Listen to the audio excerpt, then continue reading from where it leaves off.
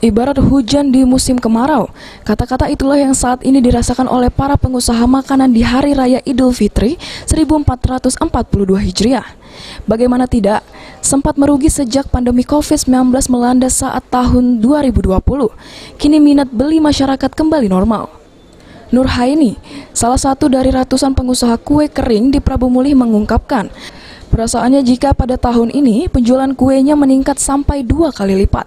Wanita 59 tahun ini mulai menggeluti usaha kue sejak masih muda karena didasari hobi memasak. Selain itu, Nur Haini memang dikenal oleh para agen kue dari bermacam daerah seperti Desa Ujan Mas, Kabupaten Muara Enim, Pali, dan juga Batu Raja. Harga yang ditawarkan sangat terjangkau.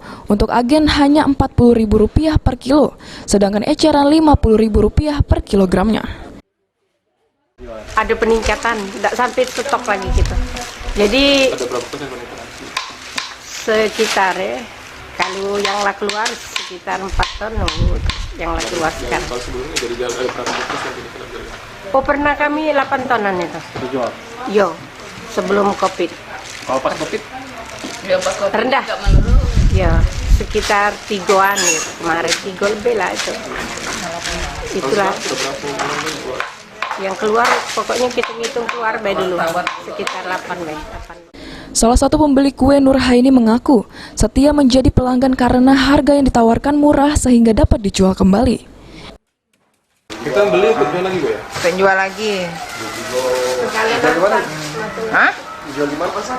Dijual pasar. Lagi 2 kata 1. Untuk rasa gimana, Bu? Hah? Rasanya jadilah lemak. Alasan kita beli di sini, Hah? alasan kita beli di sini, Ya, mana agak murah, Pak. Murah.